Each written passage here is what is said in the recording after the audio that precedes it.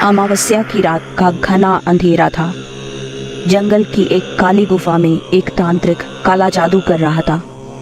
रात के अंधेरे में काले जादू के मंत्र रूह को हिला देने वाले डरावने लग रहे थे।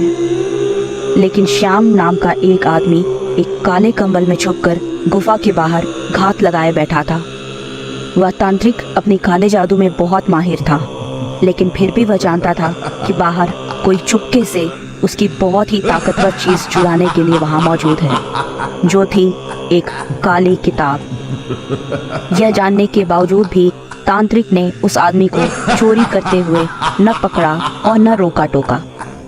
असल में वह खुद भी यही चाहता था कि उसकी वह किताब चोरी हो जाए, क्योंकि वो किताब भी शैतान का ही दूसरा रूप थी, जो बार बार खून मांगती थी।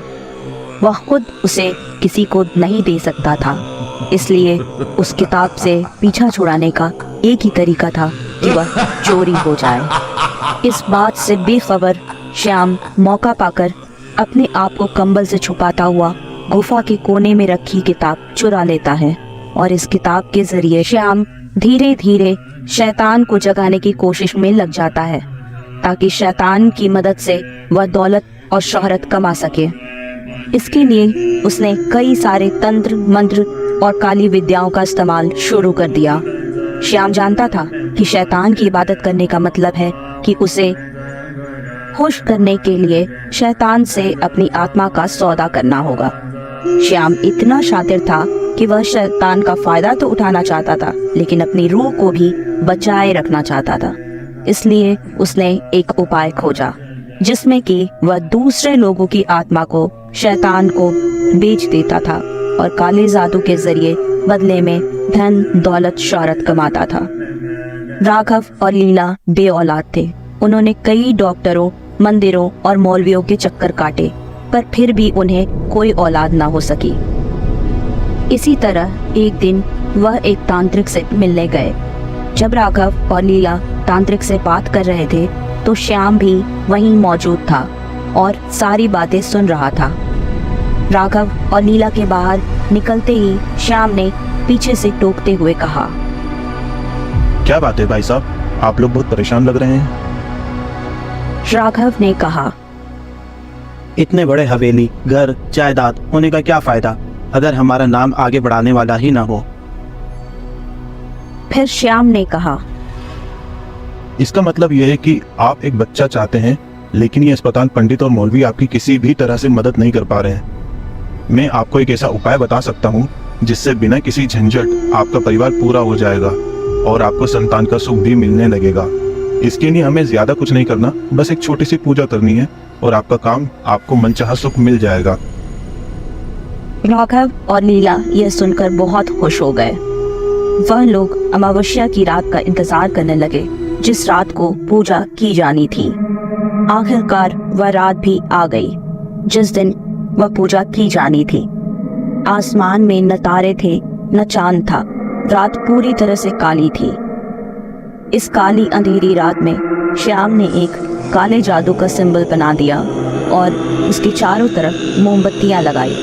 उस सिंबल में मंत्र और नंबर्स लिखे हुए थे। यह सब करता हुआ देख राघव और लीला बहुत डरे हुए थे, पर औलाद की चाहत इतनी बढ़ गई थी कि वह किसी भी हद तक जाने को तैयार थे।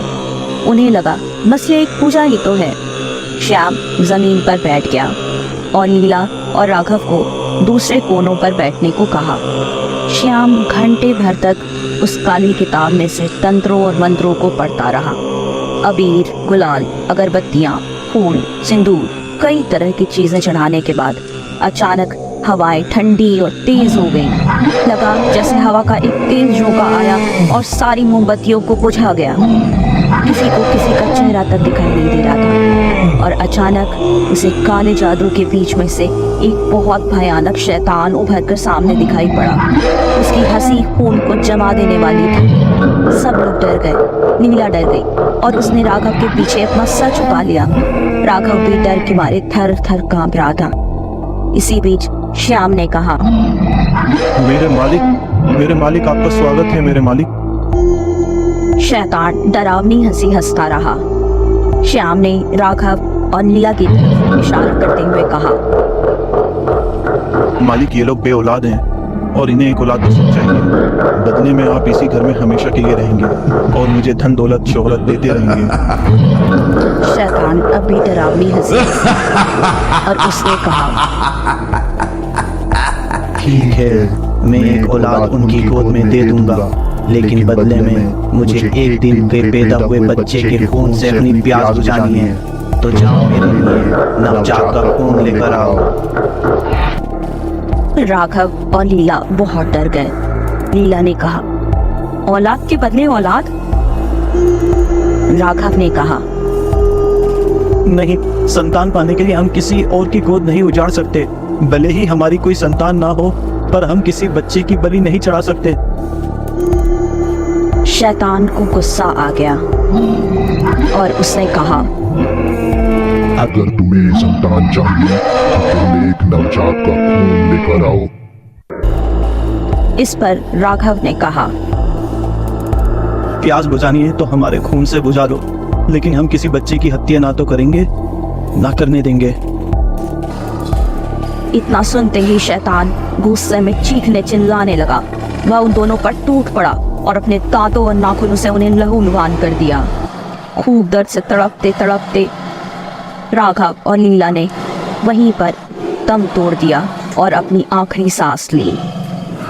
थोड़ी देर बाद राघव और लीला की आत्मा जाग उठी। उन्होंने अपने आप को इस अपने घर में पाया। यह घर अब शैतान का जेल बन चुका था, जहां पर और भी लोगों की आत्मा कैद थी। गलत काम न करने की वजह से वो लोग शैतान के कैदी तो ना बन सके, लेकिन इस काले जादू को करने की वजह से उनकी आत्मा मुक्त भी नहीं हो सकी। शैतान हमेशा के लिए इस घर में रह गया। श्याम बार बार किराए पर घर देने के बहाने से लोगों को वहाँ लेकर आता और शैतान की खून की प्यास बुझाता रहता। पिछले एपिसोड में आपने देखा कि श्याम एक परिवार को इस घर में किराए पर रहने के लिए लेकर आता है, जिसमें औरतें, आदमी और बच्चे हैं। अगले एपिसोड में हम आपको बताएंगे कि क्या हुआ जब उस शैतान ने उस परिवार पर हावी होकर उन लोगों को परेशान करना शुरू किया और कैसे उस परिवार ने उस शैतान का सामना किया। हमारे आगे की कहानी को जानने के लिए हमारे चैनल को सब्सक्राइब करें और वीडियो को लाइक करना बिल्कुल ना भूलें।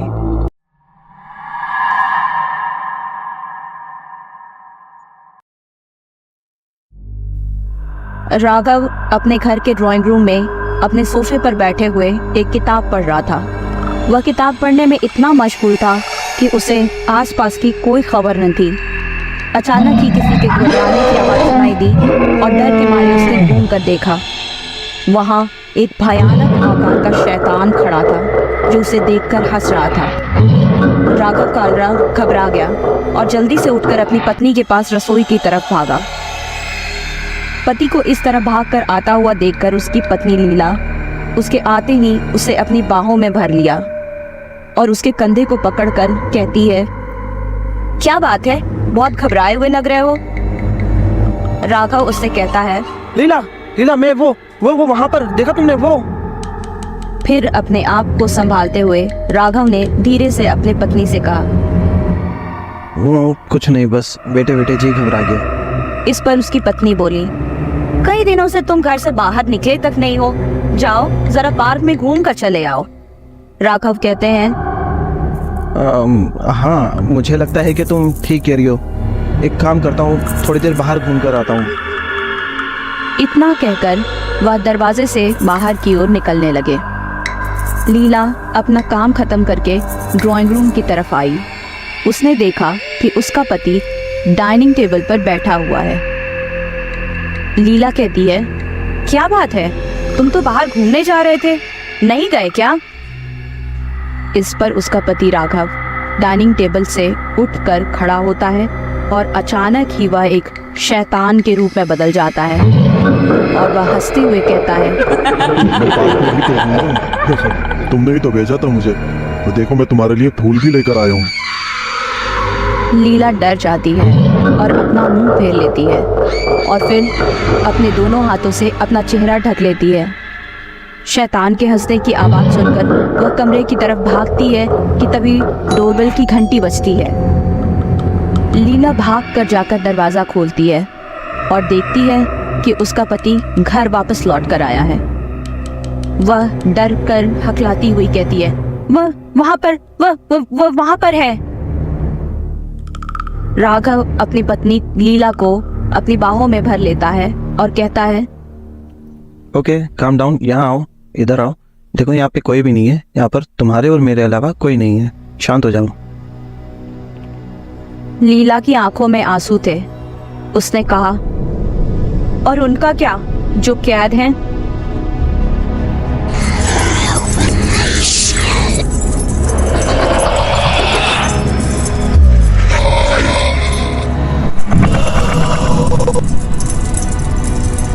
राघव का चेहरा उदास था, लेकिन वह चुप ही रहे। इस सवाल का जवाब देना उनके लिए ठीक नहीं था। इसके बाद राघव अपनी पत्नी का सर अपने कंधे पर रख लेता है। वह उसे शांत करने की कोशिश करने लगता है।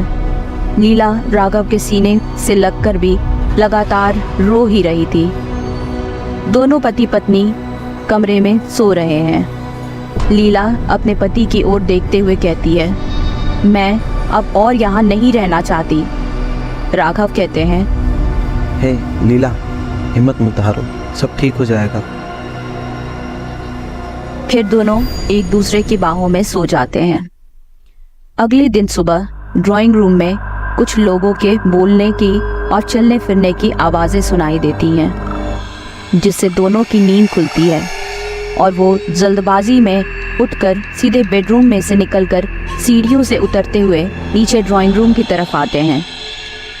अभी वो दोनों सीढ़ियों से आधे ही नीचे उतरे थे कि वह देखते हैं कि एक आदमी कुछ परिवार वालों को उनका घर दिखा रहा है और उन्हें बता रहा है, ये घर फुली फर्निश्ड है, यहाँ आपको किसी भी चीज़ की कोई कमी नहीं होगी। यहाँ ज़रूरत की सारी चीज़ें हैं और ये बहुत ही कंफर्टेबल घर है, बिलीव मी। जो परिवार घर देखने आया था उनमें 3 आदमी, 2 औरतें और कुछ बच्चे भी थे।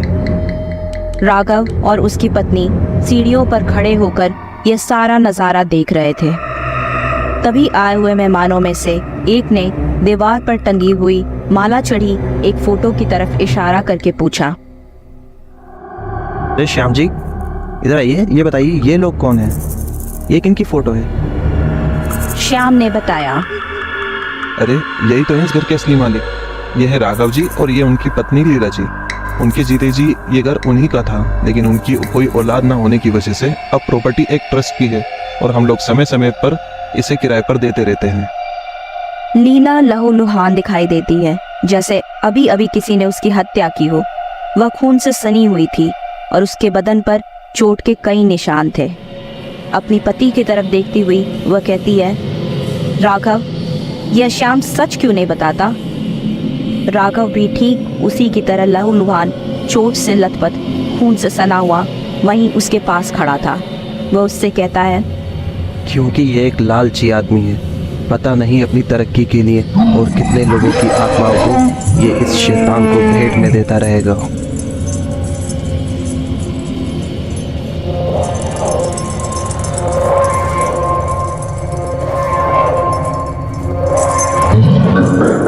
लीला अपने पति को गले से लगा लेती है और वो दोनों अंधेरे में कहीं खो जाते हैं।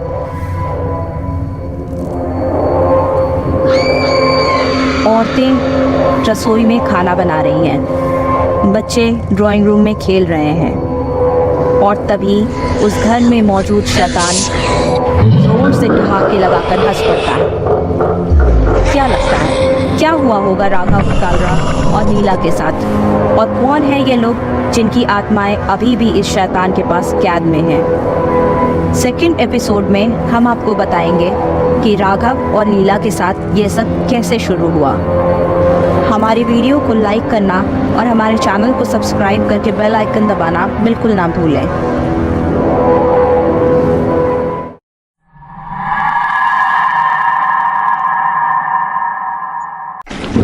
सड़क पर से गाड़ियाँ तेजी से गुजर रही थी। अपनी मानसून की छुट्टियां बिताकर शादीशुदा जोड़ा सुभाष और सलोनी मसूरी से वापस दिल्ली की तरफ लौट रहे थे। जैसे जैसे अंधेरा बढ़ रहा था वैसे वैसे बारिश भी बढ़ती जा रही थी। बारिश की वजह से ऐसा भी हुआ कि पहाड़ी रास्तों पर गाड़ी चलाना बिल्कुल ही नामुमकिन होने लगा। तभी रास्ते पर उन्हें काली बिल्ली गुजरती हुई दिखाई दी। मॉडर्न मिजाज के होते हुए भी सुभाष ने गाड़ी रोक दी। उसकी इस हरकत पर सलोनी मुंह बिगाड़ कर बोली, तब तो इसका विश्वास ही नहीं थे। इस पर सुभाष ने कहा, लोग कहते हैं अगर काली बिल्ली ने रास्ता काटा हो तो गाड़ी रोक लेनी चाहिए। इस पर सलोनी ने कहा, लोग तो यह भी कहते हैं कि ये सड़क हॉन्टेड है। इसके बाद दोनों एक दूसरे को देखकर हंसने लगे और सुभाष ने गाड़ी स्टार्ट कर दी। लेकिन इससे पहले कि वह एक्सेलरेट कर गाड़ी को आगे बढ़ा पाता, किसी ने उसके गाड़ी की खिड़की पर दस्तक दी। सुभाष ने शीशा नीचे करके देखा। एक बेहद खूबसूरत लड़की जो लगभग 23-24 साल की होगी, वह सफ़ेद लिबास में पानी से पूरी तरह भीगी हुई सर्दी से कांप रही थी। सुभाष को अपनी ओर हैरत भरी नजरों से देखता हुआ पाकर वह लड़की बोली, मैं यहाँ पास के गांव से हूँ, क्या आप मुझे लिफ्ट देंगे? हालांकि सलोनी नहीं चाहती थी कि उनकी गाड़ी में कोई अनजान लड़की को बिठाया जाए, पर सुभाष ने जल्दी से हामी भर दी और पीछे का गेट भी खोल दिया। लड़की चुपचाप पीछे की सीट पर बैठ गई। वह बहुत सहमी हुई चुपचाप बैठी थी और सुभाष रियर मिरर में बार बार उसकी तरफ देख रहा था। सलोनी ने यह अंदाज़ा लगा लिया था कि सुभाष नजरें चुरा चुरा कर बार बार उस लड़की को देख रहा है।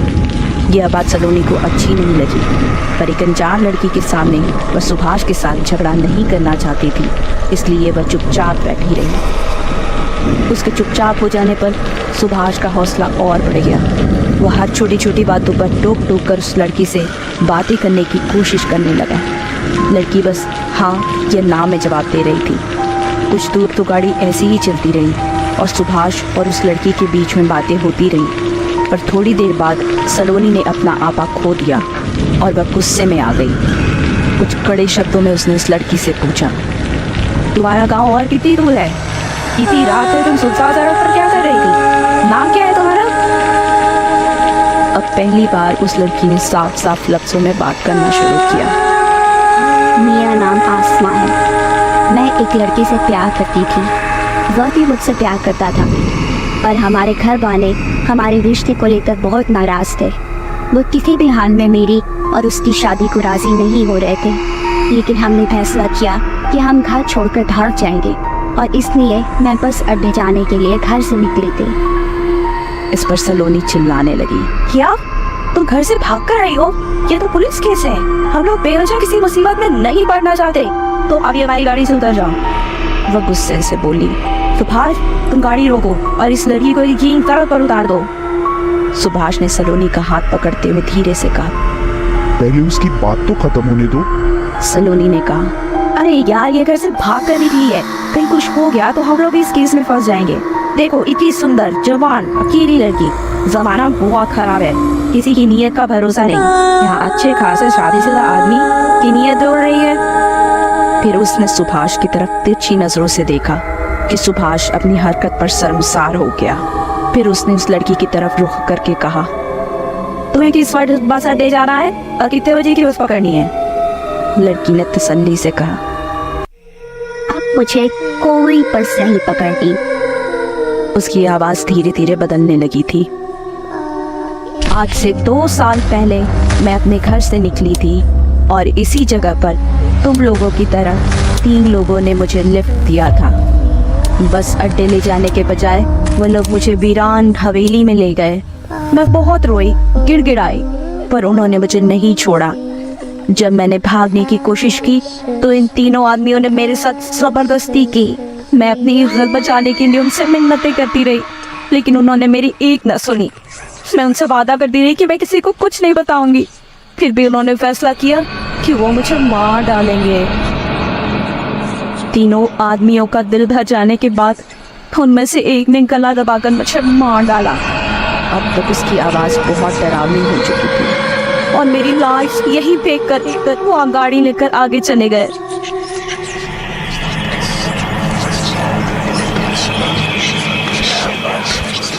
मेरी मौत हो जाने के बाद भी मेरी रूह मेरे प्रेमी की चाहत जिंदा थी।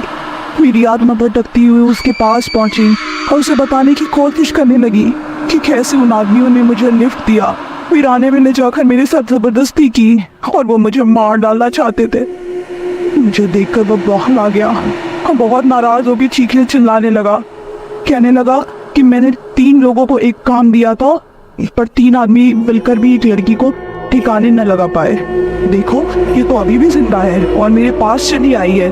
अरे समझती क्यों नहीं कि मेरा दिल तुमसे भाग चुका है, पर तुमसे कोई शादी वादी नहीं करनी। तुम्हें तो वही मार देना चाहिए था, क्यों बेवजह मेरी गंद पड़ी हुई हो। यह सुनकर मैं अंदर तक इंतकाम की आग में जल गई। मैंने उसी के घर में उसको पागल बनाकर तड़पाता पाकर मार डाला। फिर मैं यहाँ वापस अपने शरीर के पास आ गई, जहाँ उन्होंने मेरा शरीर सड़क पर फेंक दिया था। मैं खाली बिन्नी बन के सड़क पर पार होती हूँ और जो कोई भी गाड़ी रोक देता है मैं उससे लिफ्ट मांग लेती हूँ, इसी उम्मीद में कि किसी दिन वो तीनों मुझे किसी गाड़ी में मिल जाएं और मैं अपना अधूरा इंतकाम पी पाऊँ। सुभाष ने रियर ग्लास में फिर से उस लड़की की तरफ देखा। उसकी आंखें खून की तरह लाल थी। उसका चेहरा बहुत भयानक हो चुका था। उसका पूरा शरीर सड़ गल चुका था और उसके कपड़े फटे हुए थे। इसे देखते ही सुभाष बेहद डर गया और स्टीयरिंग पर से उसका कंट्रोल छूट गया। पहाड़ी रास्तों पर गाड़ी इधर उधर होकर बैलेंस खोने लगी। उस गाड़ी का एक्सीडेंट हो गया। राह चलते लोगों ने एक्सीडेंट हुई गाड़ी में से सलोनी और सुभाष को अस्पताल पहुंचाया और पुलिस वालों ने उसे घर वालों को खबर दी।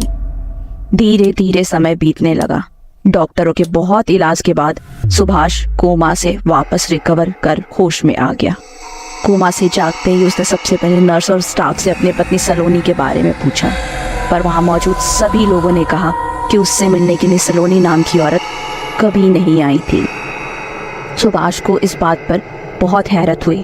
वो यह भी नहीं जानता था कि वह 6 महीने से कोमा में पड़ा हुआ था। सुभाष ने अपनी माँ से पूछा, माँ, सलोनी कहाँ है? वह मुझसे मिलने क्यों नहीं आई? इस पर सुभाष की माँ ने कहा, बेटा, एक्सीडेंट के बाद सलोनी की जान तो बच गई, पर शायद उसके सर पर चोट लगी थी, जिसकी वजह से सलोनी पागल हो गई थी। वह हर समय किसी लड़की और लिफ्ट के बारे में चिल्लाती रहती थी, जैसे मैं तुम्हें नहीं बैठने दूंगी, चली जाओ यहाँ से, मेरा पीछा छोड़ दो, मुझे घूरना बंद करो। कभी कभी तो वो गाड़ी चलाकर भागने की कोशिश करती थी। उसे मेंटल हॉस्पिटल में एडमिट किया गया था। वहाँ भी वह लगातार यही चिल्लाती रहती थी और धीरे धीरे उसकी हालत और बिगड़ती गई और थोड़े ही समय बाद सलोनी को पागल खाने में ही मरा हुआ पाया गया। सुभाष को यह सुनकर बहुत दुख हुआ और वह फूट फूट कर रो पड़ा। उसे याद था कि उसका एक्सीडेंट कैसे हुआ था। कोमा में होने के बावजूद उस लड़की आसमा के भयानक रूप को भूल नहीं पाया था। उसने सोचा शायद सलोनी को लिफ्ट वाली लड़की के भयानक रूप को देखकर सदमा लगा होगा और वह पागल हो गई होगी। वह बहुत देर तक सलोनी की याद में रोता रहा। इसके बाद नर्स ने उसे आराम करने के लिए कहा और बेड पर लिटा दिया। सुभाष ने अपने आंसुओं को अपने हाथों से साफ करके ऊपर छत की तरफ देखा। ऊपर छत पर वही लिफ्ट वाली लड़की आसमा ही उसके बेड के ऊपर सीलिंग से किसी छिपकली की तरह चिपकी हुई थी। उसके बाल नीचे की तरफ लटक रहे थे और उसने डरावनी आवाज में मुस्कुराते हुए सुभाष से कहा, क्या आप मुझे लिफ्ट देंगे? इतना कहते ही वह सुभाष के ऊपर कूद पड़ी। सुभाष के लिए यह मंजर बहुत भयानक और डरावना था। वह डर के मारे चीख पड़ा, मुझे अकेला छोड़ दो, चले जाओ यहाँ से, मैं तुम्हें लिफ्ट नहीं दूंगा। इसके बाद डॉक्टर और नर्स आए और उसे काबू करने के लिए उसके हाथ पैर पकड़ लिए। सुभाष को हमेशा हर जगह पर वही डरावनी लड़की दिखाई देती जो बार बार उसे लिफ्ट मांगती और उस पर हमला करती। डर के साए में रहने और अलग अलग तरह के चोट के कारण उसकी हालत दिन ब दिन बिगड़ती गई और पागल खाने में सलोनी की तरह सुभाष भी मरा हुआ पाया गया। क्या वह आत्मा उन तीनों आदमियों को ढूंढती हुई अपने इंतकाम की आग में हमेशा इसी तरह लोगों को पागल करके मारती रहेगी? अगली बार बारिश की रात में हाईवे पर से गाड़ी चलाते समय किसी काली बिल्ली को देखकर गाड़ी बिल्कुल न रोकें। हो सकता है आसमा अब भी अपने कातिलों को खोज रही हो। और हो सकता है कि उसका अगला निशाना आप बन जाएं। ऐसी और हॉरर स्टोरीज को सुनने के लिए हमारे चैनल क्रीम स्ट्रीम को सब्सक्राइब करें और बेल आइकन दबाना बिल्कुल न भूलें।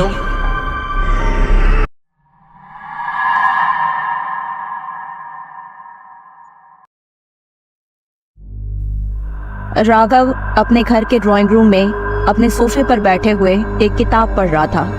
वह किताब पढ़ने में इतना मशगूल था कि उसे आसपास की कोई खबर न थी। अचानक ही किसी के गुर्राने की आवाज़ सुनाई दी और डर के मारे उसने घूम कर देखा। वहाँ एक भयानक आकार का शैतान खड़ा था जो उसे देखकर हंस रहा था। राघव कालरा घबरा गया और जल्दी से उठकर अपनी पत्नी के पास रसोई की तरफ भागा। पति को इस तरह भागकर आता हुआ देखकर उसकी पत्नी लीला उसके आते ही उसे अपनी बाहों में भर लिया और उसके कंधे को पकड़कर कहती है, क्या बात है, बहुत घबराए हुए लग रहे हो। राघव उससे कहता है, लीला लीला मैं वो वहाँ पर देखा तुमने वो। फिर अपने आप को संभालते हुए राघव ने धीरे से अपनी पत्नी से कहा, वो कुछ नहीं, बस बेटे बेटे जी घबरा गया। इस पर उसकी पत्नी बोली, कई दिनों से तुम घर से बाहर निकले तक नहीं हो, जाओ जरा पार्क में घूम कर चले आओ। राघव कहते हैं, हाँ मुझे लगता है कि तुम ठीक कह रही हो, एक काम करता हूँ, थोड़ी देर बाहर घूम कर आता हूँ। इतना कहकर वह दरवाजे से बाहर की ओर निकलने लगे। लीला अपना काम खत्म करके ड्राइंग रूम की तरफ आई। उसने देखा कि उसका पति डाइनिंग टेबल पर बैठा हुआ है। लीला कहती है, क्या बात है, तुम तो बाहर घूमने जा रहे थे, नहीं गए क्या? इस पर उसका पति राघव डाइनिंग टेबल से उठकर खड़ा होता है और अचानक ही वह एक शैतान के रूप में बदल जाता है और वह हंसते हुए कहता है, तुमने ही तो भेजा था मुझे, तो देखो मैं तुम्हारे लिए फूल भी लेकर आया हूँ। लीला डर जाती है और अपना मुंह फेर लेती है और फिर अपने दोनों हाथों से अपना चेहरा ढक लेती है। शैतान के हंसने की आवाज़ सुनकर वह कमरे की तरफ भागती है कि तभी डोरबेल की घंटी बजती है। लीला भागकर जाकर दरवाज़ा खोलती है और देखती है कि उसका पति घर वापस लौट कर आया है। वह डर कर हकलाती हुई कहती है, वह वहाँ पर है। राघव अपनी पत्नी लीला को अपनी बाहों में भर लेता है और कहता है, ओके काम डाउन, यहाँ आओ, इधर आओ, देखो यहाँ पे कोई भी नहीं है, यहाँ पर तुम्हारे और मेरे अलावा कोई नहीं है, शांत हो जाओ। लीला की आंखों में आंसू थे। उसने कहा, और उनका क्या जो कैद हैं?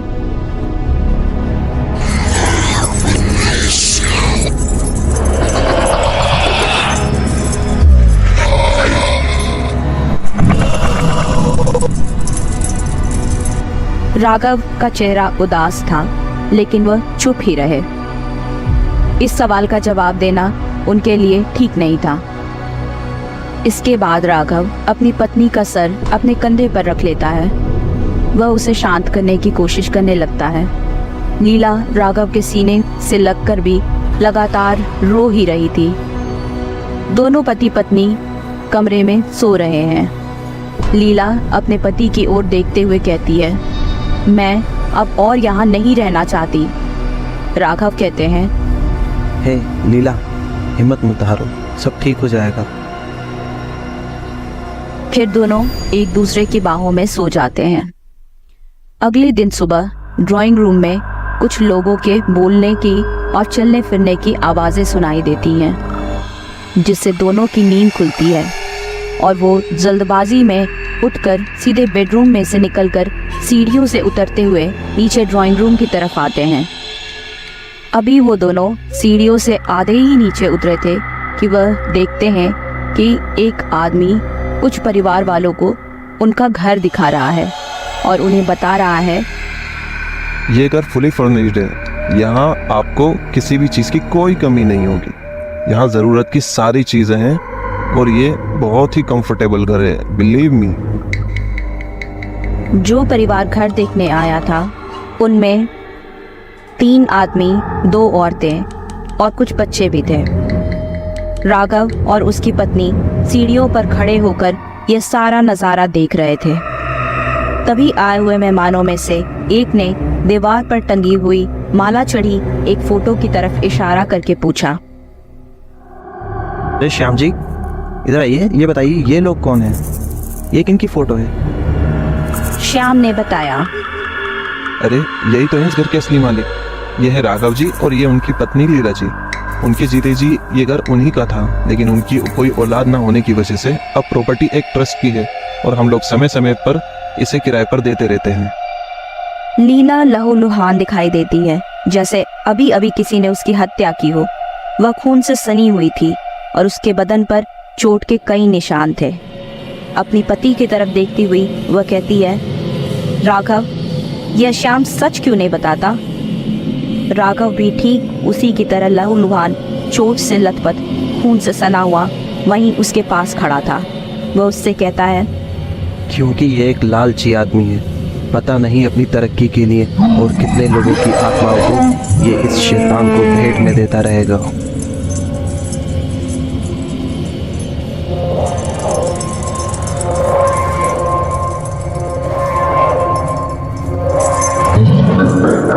लीला अपने पति को गले से लगा लेती है और वो दोनों अंधेरे में कहीं खो जाते हैं।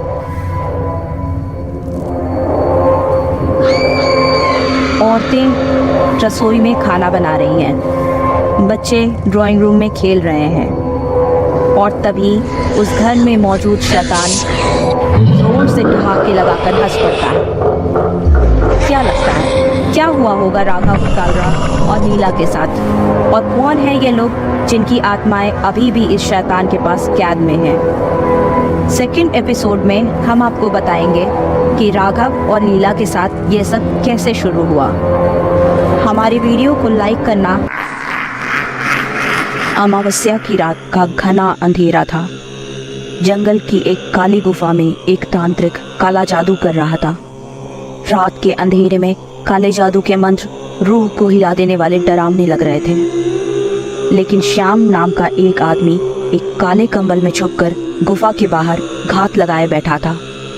वह तांत्रिक अपने काले जादू में बहुत माहिर था, लेकिन फिर भी वह जानता था कि बाहर कोई चुपके से उसकी बहुत ही ताकतवर चीज चुराने के लिए वहां मौजूद है, जो थी एक काली किताब। यह जानने के बावजूद भी तांत्रिक ने उस आदमी को चोरी करते हुए न पकड़ा और न रोका टोका।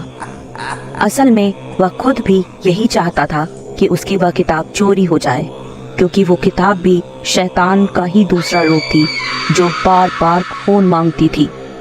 वह खुद उसे किसी को नहीं दे सकता था, इसलिए उस किताब से पीछा छुड़ाने का एक ही तरीका था कि वह चोरी हो जाए। इस बात से बेखबर श्याम मौका पाकर अपने आप को कंबल से छुपाता हुआ गुफा के कोने में रखी किताब चुरा लेता है और इस किताब के जरिए श्याम धीरे धीरे शैतान को जगाने की कोशिश में लग जाता है, ताकि शैतान की मदद से वह दौलत और शोहरत कमा सके। इसके लिए उसने कई सारे तंत्र मंत्र और काली विद्याओं का इस्तेमाल शुरू कर दिया। श्याम जानता था कि शैतान की इबादत करने का मतलब है कि उसे खुश करने के लिए शैतान से अपनी आत्मा का सौदा करना होगा।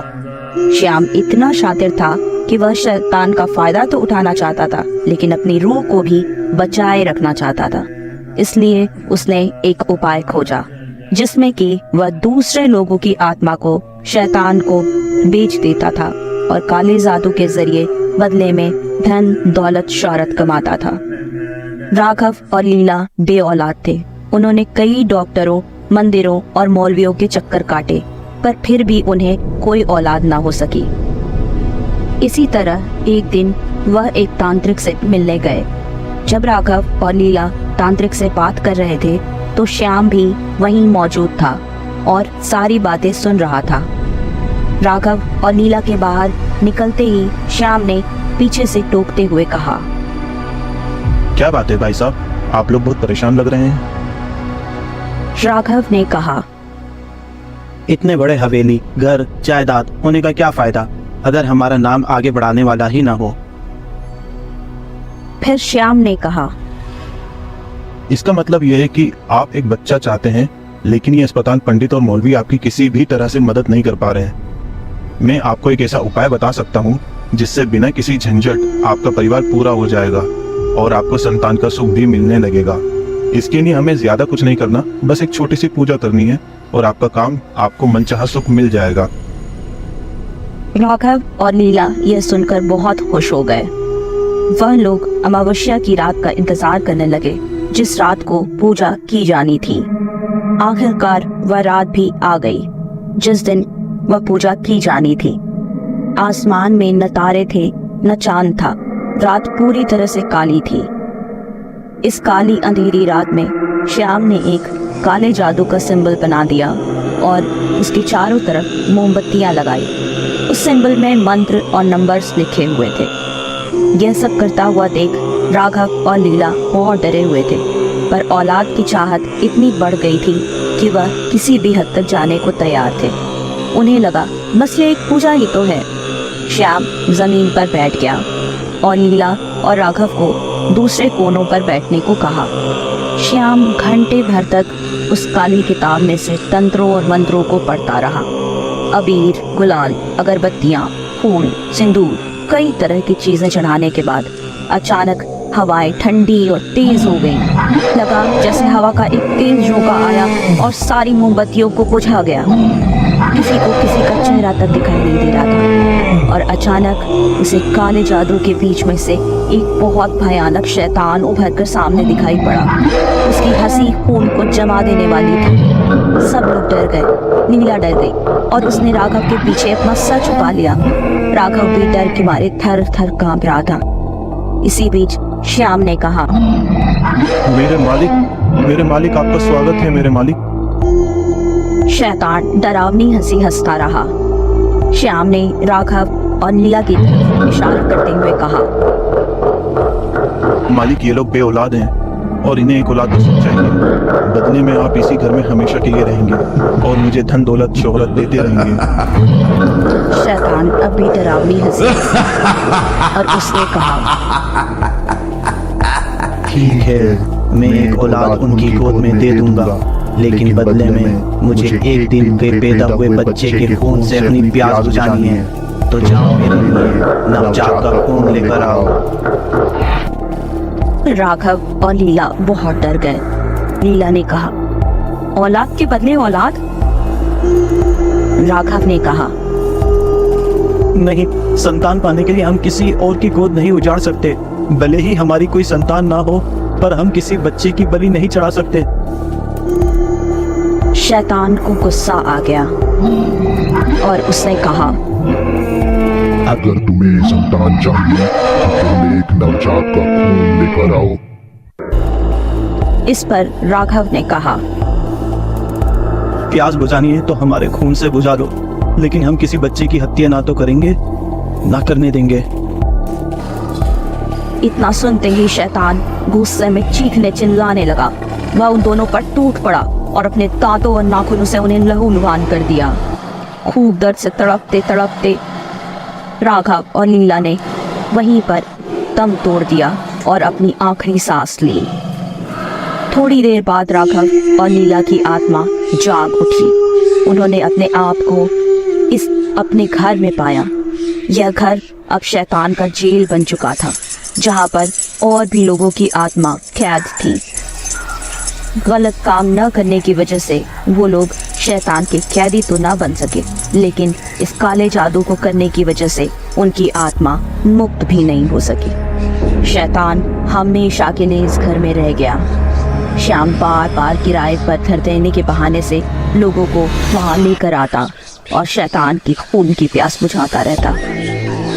पिछले एपिसोड में आपने देखा कि श्याम एक परिवार को इस घर में किराए पर रहने के लिए लेकर आता है, जिसमें औरतें, आदमी और बच्चे हैं। अगले एपिसोड में हम आपको बताएंगे कि क्या हुआ जब उस शैतान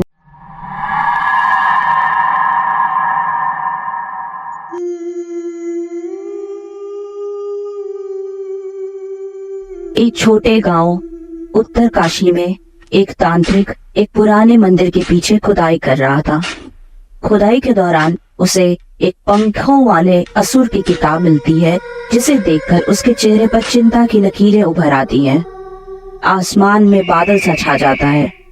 तांत्रिक ने सर उठाकर देखा।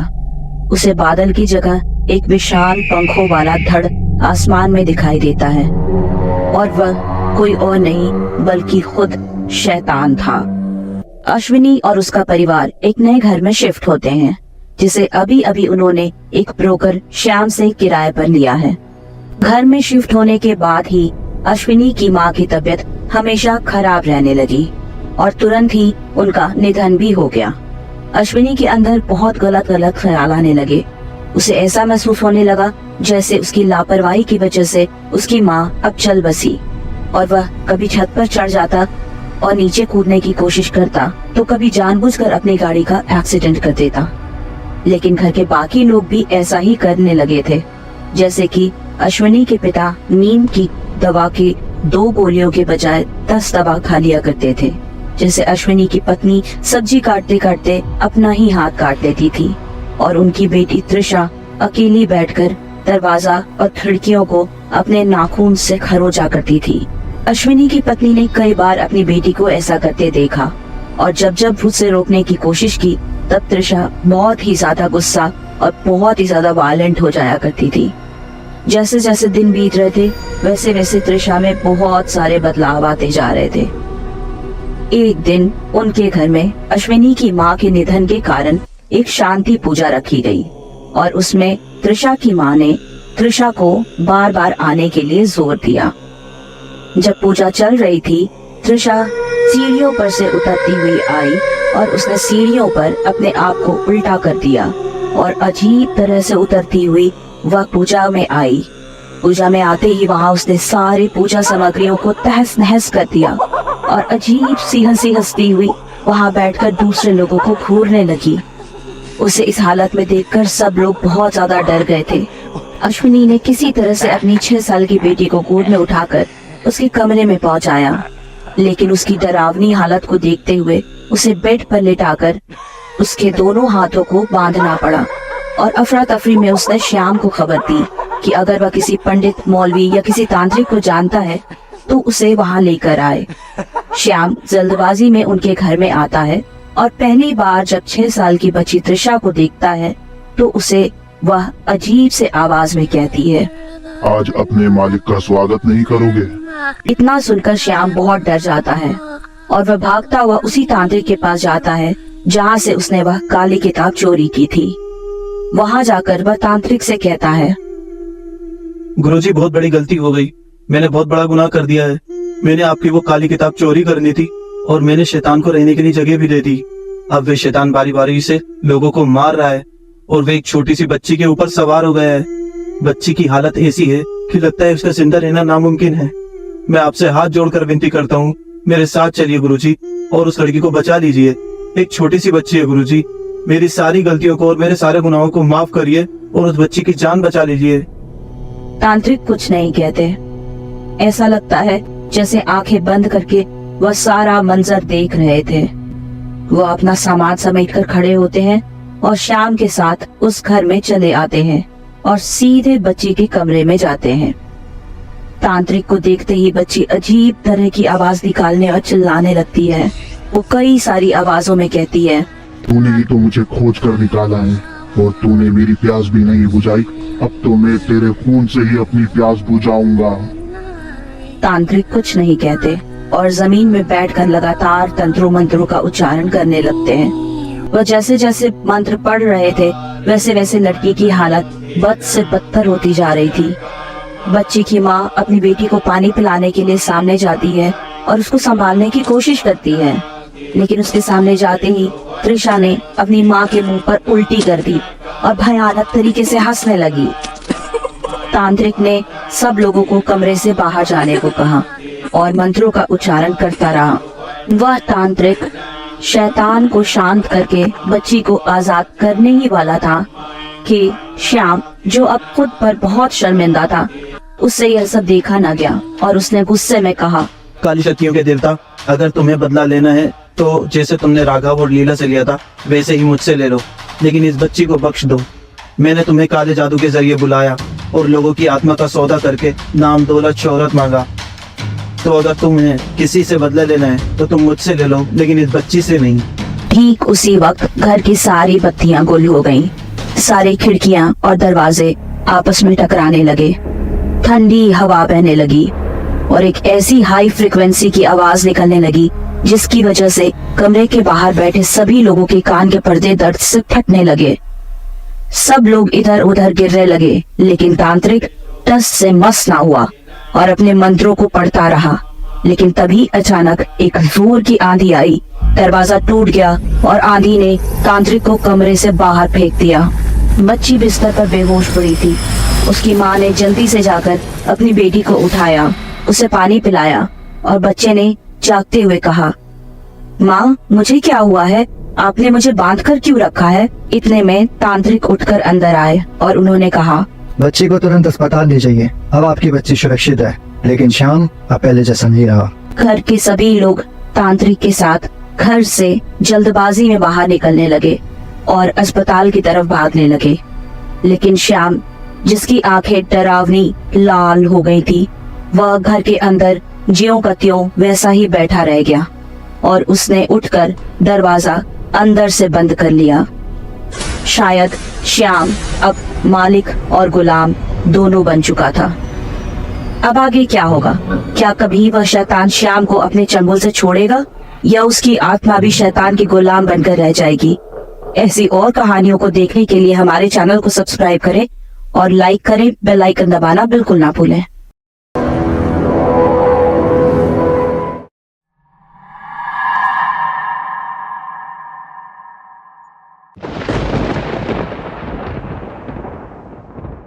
रजनीश ने साइन बोर्ड पर एक बिकाऊ विला का ऐड देखा जो कि 70 एकड़ जमीन पर फैला था।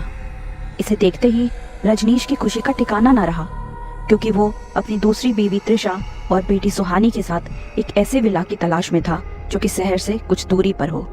रजनीश यह ऐड देखते ही फौरन यह खुशखबरी देने के लिए अपने विला की तरफ चल पड़ा।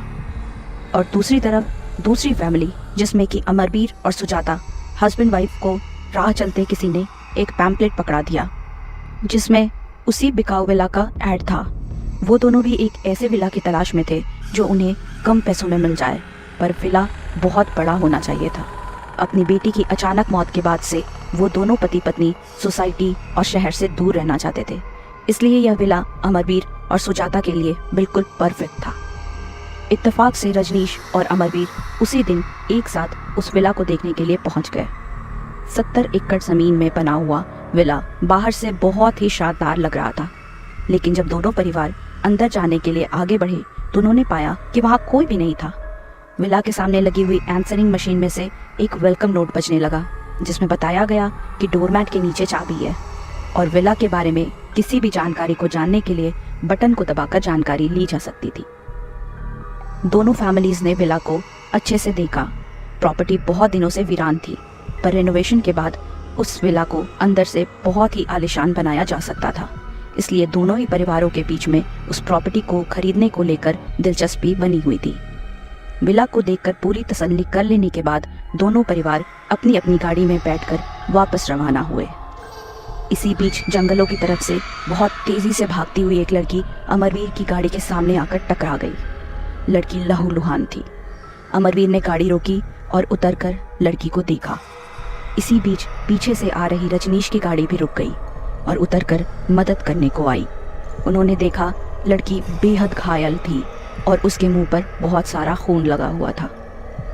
हालांकि वह लड़की दौड़ती हुई खुद सामने से आई थी, लेकिन उस लड़की को अकेली उस हालत में वहां छोड़ने का मतलब था उसे मरने के लिए छोड़ देना।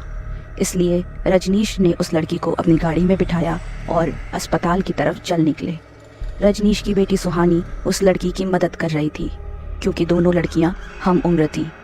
लहूलुहान लड़की अपनी बंद होती हुई आंखों से लगातार सुहानी की तरफ देख रही थी, मानो कि वह कुछ कहना चाह रही हो लेकिन कह न पा रही हो।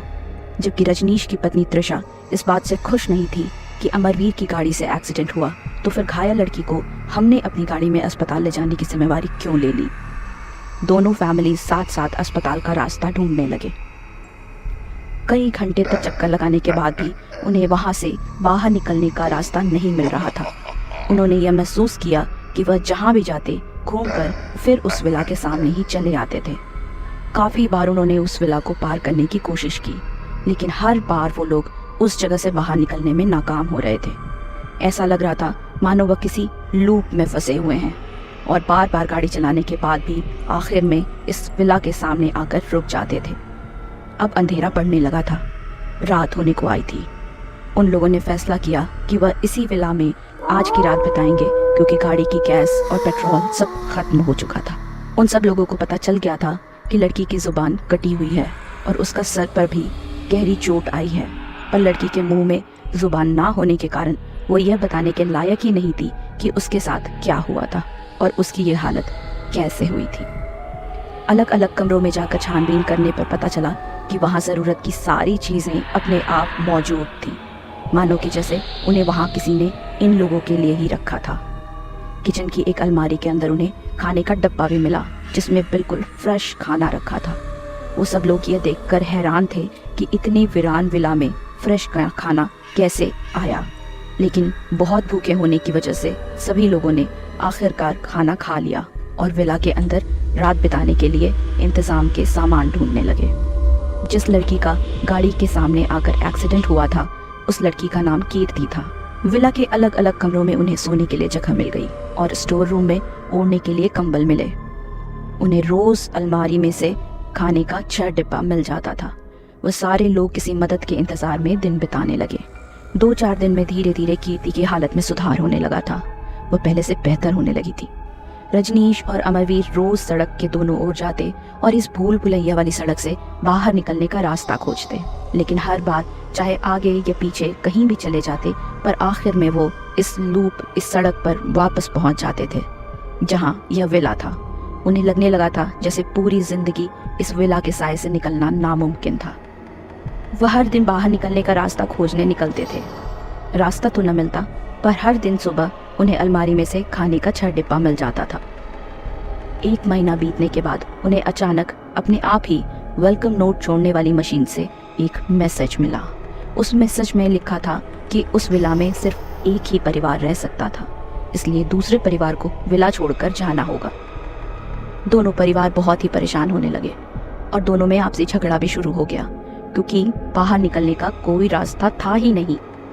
देखा जाए तो दोनों परिवार अब इस विला में नहीं रहना चाहते थे, लेकिन वेलकम नोट देने वाली मशीन के हिसाब से सिर्फ एक ही परिवार वहां रह सकता था, तो दूसरा परिवार कहाँ और कैसे जाएगा। वो लोग बहुत डरे हुए भी थे और परेशान भी थे।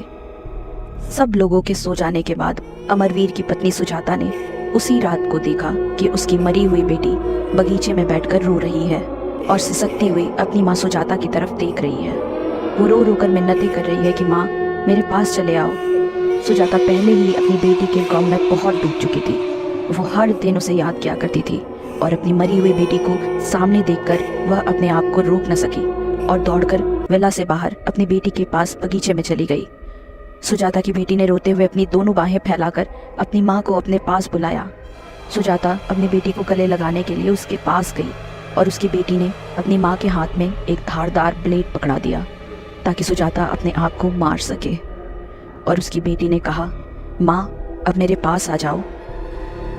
अगले दिन सवेरे जब अलमारी खोली गई तो उसमें सिर्फ 5 डब्बे थे, क्योंकि अभी तक किसी को पता नहीं था कि सुजाता मर चुकी है। सब लोग हैरान परेशान थे कि खाने के सिर्फ 5 डब्बे क्यों मिले। रजनीश को लगा कि शायद उन लोगों को भगाने के लिए अमरवीर ने एक डब्बा चुरा लिया है। इस पर दोनों में आपस में बहस हुई, पर रजनीश बिना डब्बा खाए हुए बाहर निकला तो उसने देखा कि अमरवीर की पत्नी की लाश बाहर बगीचे में पड़ी हुई थी।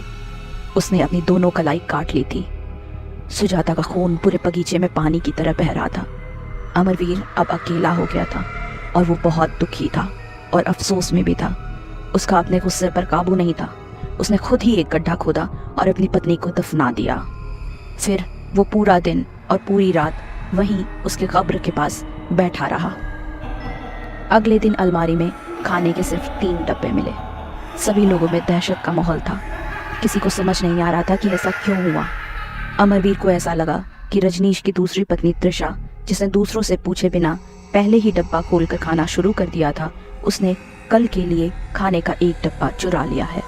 त्रिशा से पूछने के बजाय अमरवीर उस पर खाना चोरी करने का इल्जाम लगाने लगा। त्रिशा ने कोई जवाब नहीं दिया और बस खाना खाती ही रही। फिर खाना खाते खाते किसी पिशाच की तरह मुस्कुराते हुए अपने पति की तरफ देखने लगी। इस पर अमरवीर का गुस्सा और बढ़ गया। उसने एक भारी शोपीस उठाया और त्रिशा के सर पर पूरी ताकत से दे मारा। मरते हुए भी त्रिशा के चेहरे पर वही शैतानी मुस्कुराहट बरकरार थी। यह देखकर रजनीश की बेटी सुहानी बहुत डर गई। वह बिना जबान वाली लड़की कीर्ति और सुहानी दोनों हाथ पकड़कर चुपके से बाहर निकल गई। उसके पीछे काफी रफ्तार से दोनों भागती हुई सड़क पर आ गई। उन्हें वहां दूसरे गाड़ियों के आने जाने की आवाज भी सुनाई दे रही थी, पर इससे पहले कि वह दोनों लड़कियां वहां से भाग पाती, अमरवीर न जाने कहां से सामने आ गया और उसने सुहानी का हाथ पकड़ लिया। जबरदस्ती उससे पूछने लगा कि हाईवे का रास्ता कैसे मिला, जबकि वो लोग रोज हाईवे ढूंढने की कोशिश करते थे, पर उन्हें तो हाईवे कभी नहीं मिला। रजनीश पहले से ही अपनी बीवी की हत्या के कारण अमरवीर पर बहुत गुस्सा था। फिर जब उसने देखा कि अमरवीर उसकी बेटी को जबरदस्ती पकड़े हुए हैं, तो उसके सिर पर खून सवार हो गया। रजनीश ने एक बड़े पत्थर से अमरवीर पर हमला कर दिया और उसका सर उस पत्थर से कुचल दिया। अमरवीर के मर जाने के बाद भी वो लगातार उस पत्थर से उसके सर पर मारता रहा और जमीन उसके खून से लाल हो गई थी।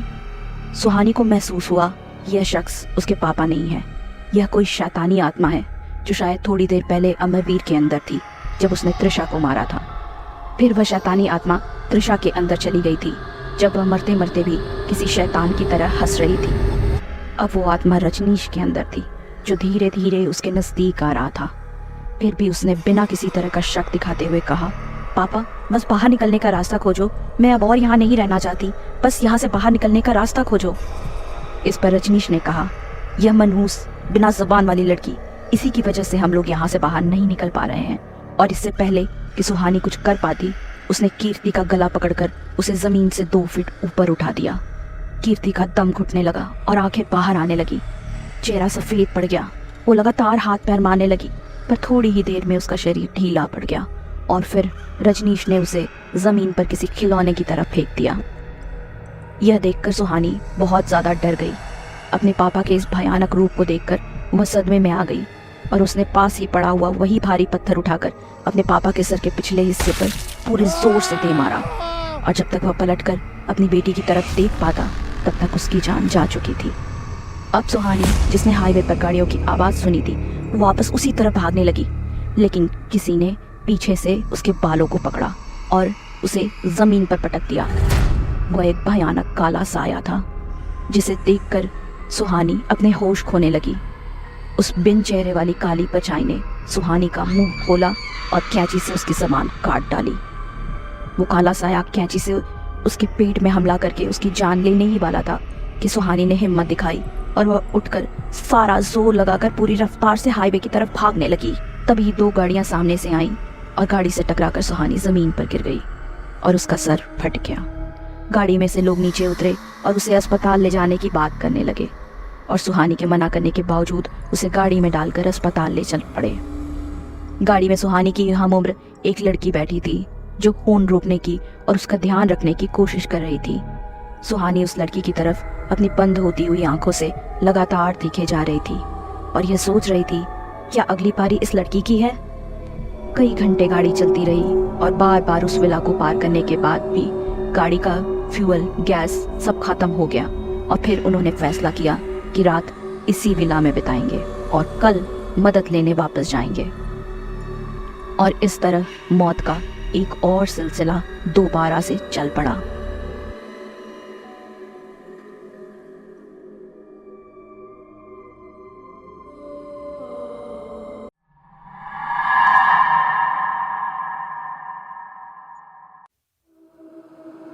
केशव और उसकी बीवी शालिनी सुनसान सड़क पर ड्राइव करते हुए अपने पुराने घर की देखभाल करने जा रहे थे। रात का अंधेरा था, तेज बारिश हो रही थी, सुनसान सड़क थी। केशव बहुत तेज ड्राइव कर रहा था और शालिनी उसे स्लो ड्राइव करने को कह रही थी, लेकिन केशव को न जाने ऐसा क्या हो गया था कि उसे किसी भी हाल में अपने पुराने घर जल्द से जल्द पहुंचना था। बारिश की वजह से आगे कुछ साफ दिखाई नहीं दे रहा था और तभी अचानक शालिनी को सामने एक औरत दिखाई दी और वो चिल्लाई, ध्यान से देखो वो औरत। और फिर एकदम केशव गाड़ी रोकता है और शालिनी से पूछता है, क्या हुआ शालिनी, ऐसे क्यों चिल्लाई? शालिनी उसे हाफते हुए बताती है, तुमने अभी एक औरत को अपनी गाड़ी से कुचल दिया है, तुमने सामने खड़ी एक औरत को ठोक दिया है। हालांकि केशव के नजरिए से ऐसा कुछ नहीं हुआ था। वो शालिनी से पूछता है, कौन सी औरत, कहाँ पे, कब? शालिनी उसे बाहर निकलकर चेक करने को कहती है और केशव को आखिरकार बाहर निकलकर चेक करना पड़ता है। बाहर निकलकर जब केशव देखता है तो उसे कोई दिखाई नहीं देता और वो शालिनी से कहता है, यहाँ तो कुछ भी नहीं है, सब ठीक है, कहीं कोई औरत नहीं है। शालिनी, तुम्हें क्या दिखा था? उसके बाद शालिनी कहती है, देखो वो औरत टकरा कर यहीं कहीं गिर गई होगी, थोड़ा आगे जाकर देखो, उस पेड़ के पीछे देखो। लंबी बहस के बाद केशव इधर उधर देखता है और आखिर में पेड़ के पीछे जाता है तो उसे वहां भी कोई दिखाई नहीं देता और वो वापस कार की तरफ आ रहा होता है कि अचानक जमीन के नीचे से एक हाथ निकलता है और वो हाथ केशव का पैर पकड़ लेता है, उसे अपनी तरफ जमीन में खींचने लगता है। केशव अपना पैर छुड़ाने की कोशिश करता है और चिल्लाकर शालिनी को बुलाता है, शालिनी जल्दी आओ, शालिनी किसी ने मेरा पैर पकड़ लिया है और मैं छुड़ा भी नहीं पा रहा, शालिनी जल्दी आओ। शालिनी कार में बैठी रहती है और यह सुनकर शालिनी कहती है, हाँ वही औरत होगी, उसकी मदद करो, देखो वो जिंदा है।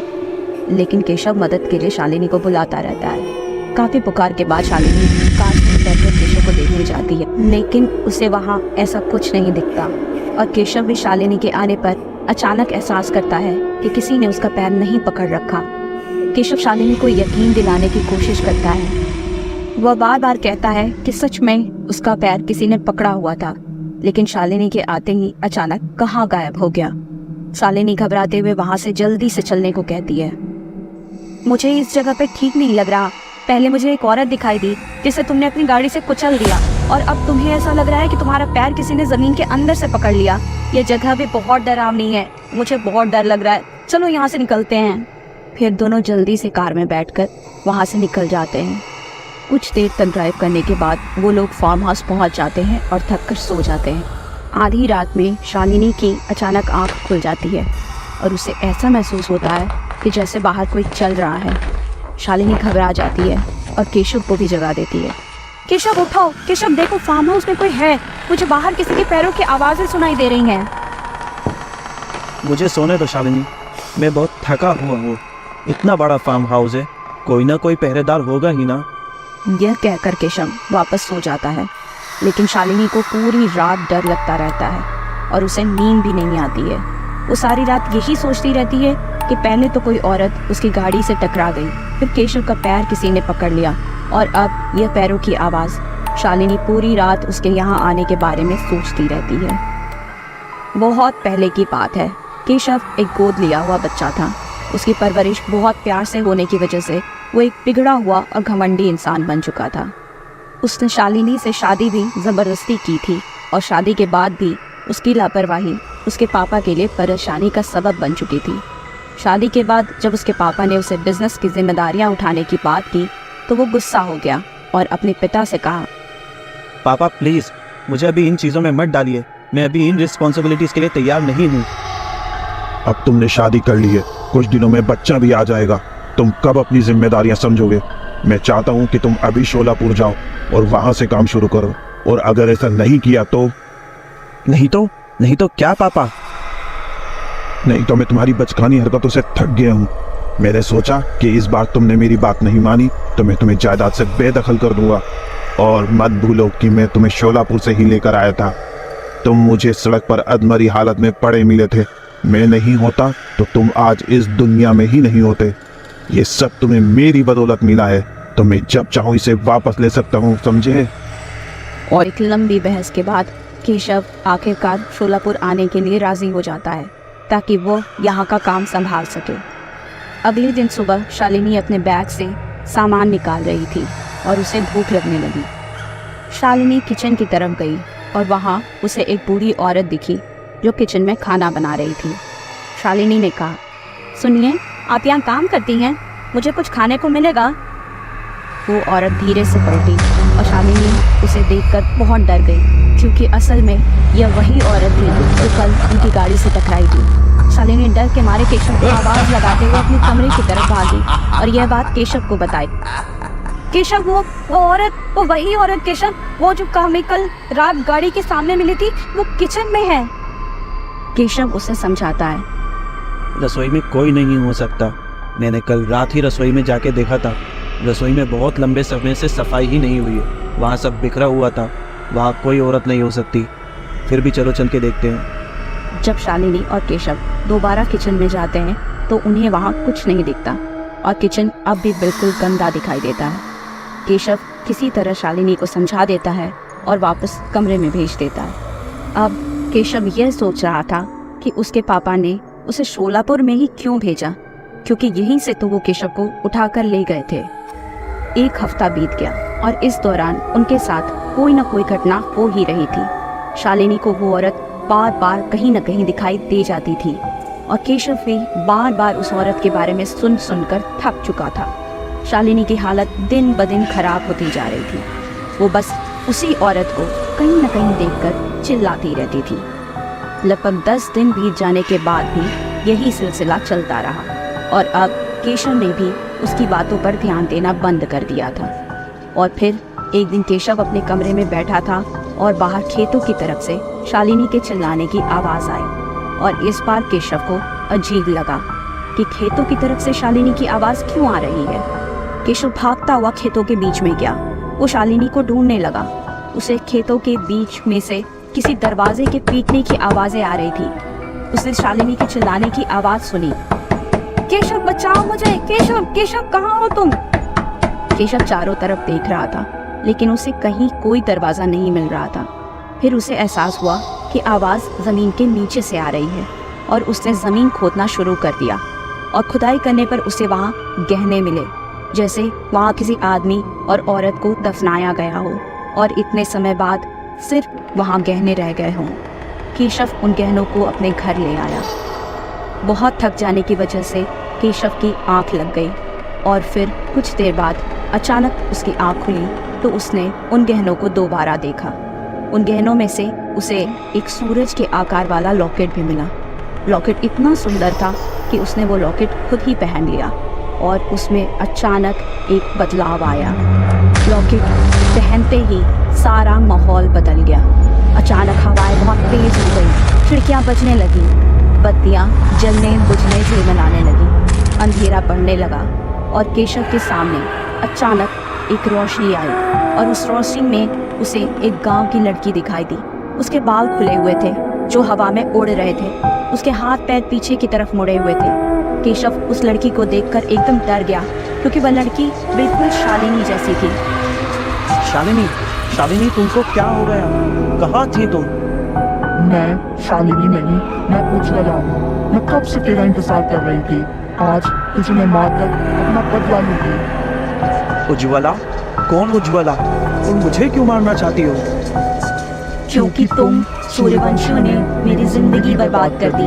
अपनी हवस मिटाने के लिए तुम सूर्यवंशियों ने मेरे पति, यहाँ तक कि मेरे पेट में पल रहे बच्चे को भी मार डाला। मगर मैं सूर्यवंशी नहीं हूँ। मैं तो दिल्ली में रहता हूँ। वो बुढ़ा तुझे यहाँ से लेकर गया था। मैं हमेशा से तुम सूर्यवंशियों का खात्मा करते आ रही हूँ क्योंकि तुम लोगों ने मेरे साथ जो दरिंदगी की उसकी वजह से मेरी आत्मा आज भी भटक रही है। आखिरकार मैंने तुझे यहाँ बुला लिया ताकि तेरा खून पी सकूं और अब तो तेरा बच्चा भी होने वाला है। तो जैसे ही वो जवान होगा मैं उसे भी मार दूंगी। मैं किसी सूर्यवंशी को नहीं जानता। मुझे छोड़ दो। मेरा तुम्हारा कुछ नहीं बिगाड़ा। मेरा उनसे कोई वास्ता नहीं है। तू एक सूर्यवंशी ही है। तू एक अय्याश आदमी है, दरिंदा है और तुझे ये लॉकेट 3 महीने ही पहनने पर मजबूर किया है ताकि मैं तेरे पूरे खानदान को खत्म कर सकूं। केशव फिर उज्ज्वला से अपनी जिंदगी की भीख मांगता रहा लेकिन उज्ज्वला ने उसे नहीं छोड़ा। उज्ज्वला ने उसका गला दबाकर उसे मार दिया और फिर शालिनी की बॉडी में से निकल गई। जब शालिनी को होश आया तो केशव मरा हुआ था और वो हमेशा हमेशा के लिए वहाँ से जा चुकी थी। 21 साल बीत गए। शालिनी दिल्ली में अपने बेटे का जन्मदिन मना रही है और जैसे ही उसका बेटा केक काटने वाला है उससे केक की जगह पर औरत का कटा हुआ सिर दिखाई देता है, जिसे देखकर वो बहुत डर जाता है। हालांकि बाकी लोगों को ऐसा कुछ महसूस नहीं होता। तो क्या उज्ज्वला अपना बदला लेने वापस आ चुकी है? आगे जानने के लिए हमारे चैनल स्क्रीन स्ट्रीम को सब्सक्राइब करें और बेल आइकन दबाना बिल्कुल ना भूलें।